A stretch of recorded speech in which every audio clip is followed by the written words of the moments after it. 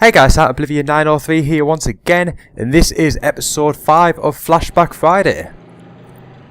Now, in the late 1990s, it wasn't just the console giants, Sony, Nintendo and Sega that were trying to compete with each other to get to the number one spot.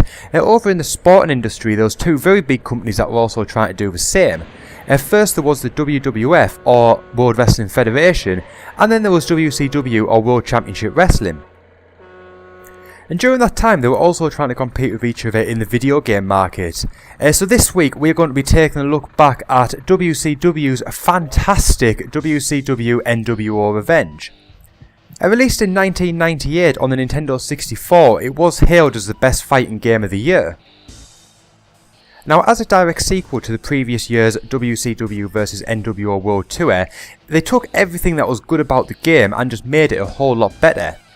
WCW NWO Revenge was developed by AKI and published by THQ, whereas at the time the WWF games were developed by the now defunct Acclaim. A couple months after the release of this game in 1999, the WWF started to win the Monday Night Wars, becoming the number one wrestling promotion, which ultimately led to the downfall of WCW in 2001. And then this time, THQ acquired the license for the WWF games and then went on to release a couple more on the N64, WWF WrestleMania 2000 and WWF No Mercy.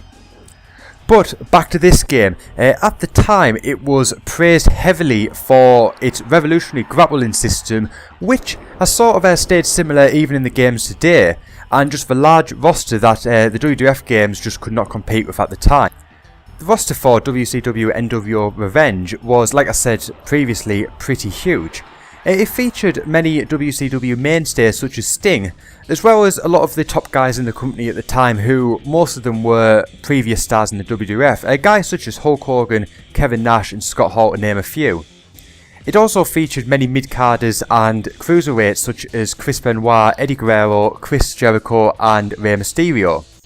These are guys that couldn't really get a break in WCW. At the time, the main event spot was always given to the old guys, the veterans, guys such as Hulk Hogan.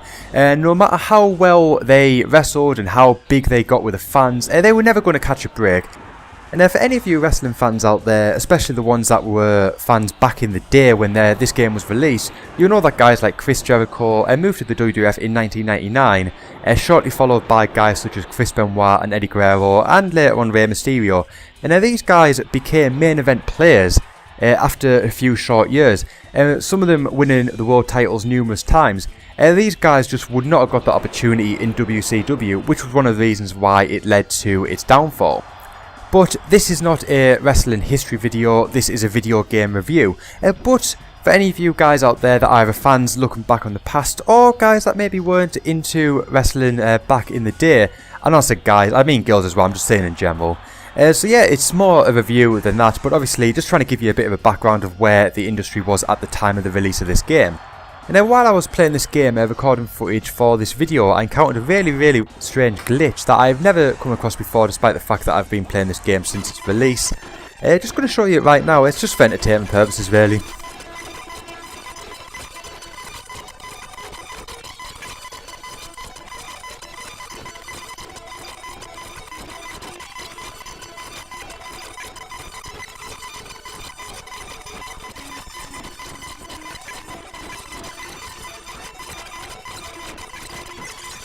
So back to the game now. In terms of wrestling games, this really did start to set the stage for a lot of features that were included in games as standard from this point on. In the previous year's effort, a lot of the characters' finisher moves were just the generic version of the move, such as Kevin Nash's Jackknife Powerbomb. It was originally just a generic powerbomb. This time round though, it was replaced with the full animation and full effect, much like he would do if he was in the ring himself. It also boasted many different arenas, famous ones from WCW at the time, such as the Monday Night Nitro arena, Starrcade, Bash at the Beach, Sold Out and Halloween Havoc from the pay-per-views. Another thing that was also included was the Championship mode, which enabled players to select a belt held by a wrestler and then defeat numerous opponents before facing the mystery champion. If they defeated the champion, they unlocked the belt as well as the character itself. Things such as the Championship mode did sort of make its way into the wrestling games in various forms. It's sort of been improved upon over the years. There's stuff like story modes and that which have been added to a lot of the later THQ wrestling games. The game featured a fairly limited version of Create a Wrestler. You couldn't create your own wrestler, but you could alter the attire of the characters in the game. Over the years, THQ expanded and improved upon this, which led to the absolutely fantastic Create a Wrestler modes that have been in the SmackDown vs Raw games for many years, and also now the license has been acquired by 2K, it's also made its way into the 2K series. WCW NWO Revenge really did set the standard for wrestling games back in the late 1990s. I did touch upon this a bit earlier with the fact that THQ ended up acquiring the WWF license in 1999 due to the success of the company itself, and obviously WCW starting to fall. This then led to two absolutely fantastic wrestling games, WWF WrestleMania 2000 followed by No Mercy, and both absolutely amazing games. They did use their WCW NWO Revenge engine, although it was improved upon.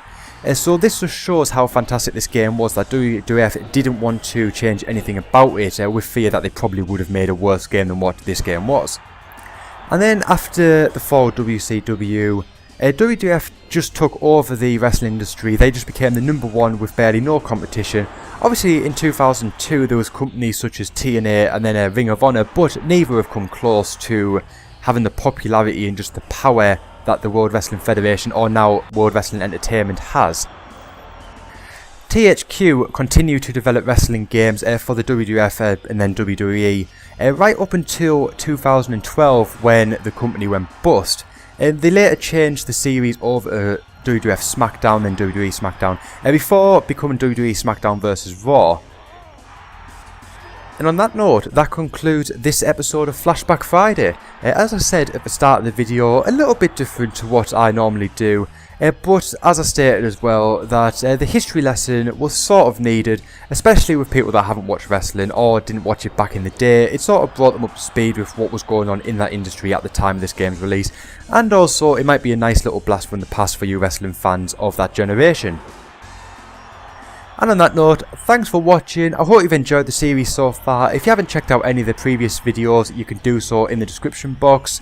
And I will see you guys very soon in the next one. Until then, bye for now.